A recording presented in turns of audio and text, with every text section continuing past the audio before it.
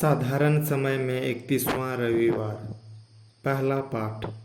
विधि विवरण ग्रंथ।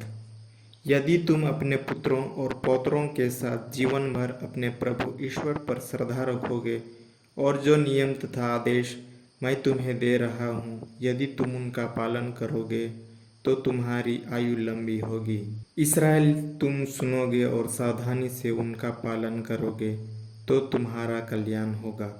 तुम फलोगे फूलोगे और जैसा कि प्रभु तुम्हारे पूर्वजों के ईश्वर ने कहा, वह तुम्हें वह देश प्रदान करेगा जहाँ दूध और मधु की नदियाँ बहती है। इस्राएल सुनो, हमारा प्रभु ईश्वर एकमात्र प्रभु है। तुम अपने प्रभु ईश्वर को अपने सारे हृदय, अपनी सारी आत्मा और अपनी सारी शक्ति से प्यार करो। जो शब्द मैं तुम्हें आज सुना रहा हूँ, वे तुम्हारे हृदय पर अंकित रहे। यह प्रभु की वाणी है। भजन। प्रभु मेरे बल, मैं तुझे प्यार करता हूँ। प्रभु मेरे बल, मैं तुझे प्यार करता हूँ। प्रभु मेरी चट्टान है, मेरा गढ़ और मेरा उद्धारक। ईश्वर ही मेरी चट्टान है, जहाँ मुझे शरण मिलती है। वही मेरा ढाल है, मेरा शक्तिशाली उद्धारकर्ता और आश्रयदाता। भजन। प्रभु मेरे बल, मैं तुझे प्यार करता हूँ। ईश्वर ही मेरी चट्टान है, जहाँ मुझे शरण मिलती है। वही मेरा ढाल है, मेरा शक्तिशाली उद्धारकर्ता और आश्रयदाता। प्रभु धन्य है, मैंने उनकी दुहाई दी है और मैं अपने शत्रुओं पर विजयी हुआ। भजन। प्रभु मेरे बल, मैं तुझे प्यार करता हूँ। प्रभु की जय। मेरी चट्टान धन्य है, मेरे मुक्तिदाता ईश्वर की स्तुति हो। भजन। प्रभु मेरे बल, मैं तुझे प्यार करता हूँ। दूसरा पाठ। इब्रानियों के नाम पत्र।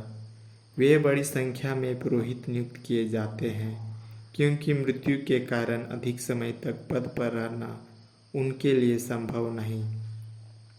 ईसा सदा बने रहते हैं, इसलिए उनका पुरोहित्य चिरस्थायी है।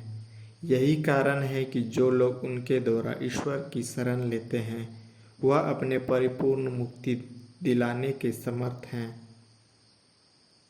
क्योंकि वे उनकी ओर से निवेदन करने के लिए सदा जीवित रहते हैं। यह उचित ही था कि हमें इस प्रकार का प्रधान याजक मिले, पवित्र, निर्दोष, निष्कलंक, पापियों से सर्वथा भिन्न और स्वर्ग से भी ऊंचा।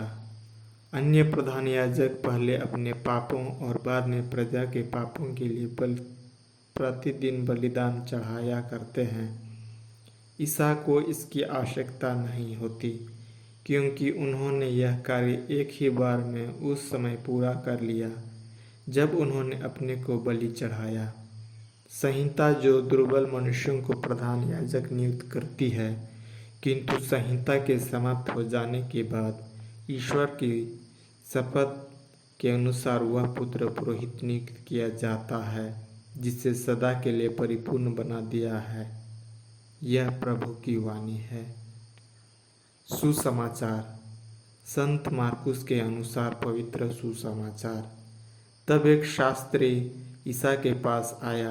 उसने यह विवाद सुना था और यह देखकर कि ईसा ने सदुकियों को ठीक उत्तर दिया था, उसने उनसे पूछा, सबसे पहली आज्ञा कौन है?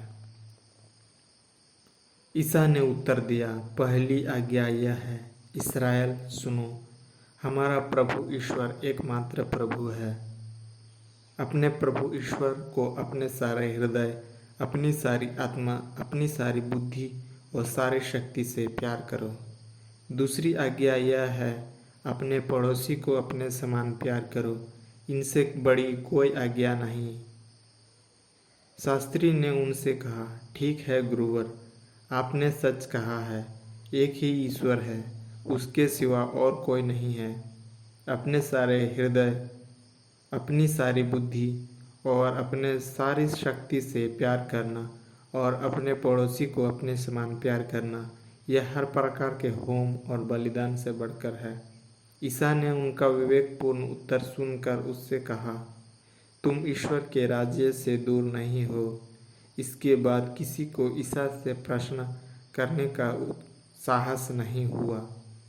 यह ख्रिस्त का सुसमाचार है।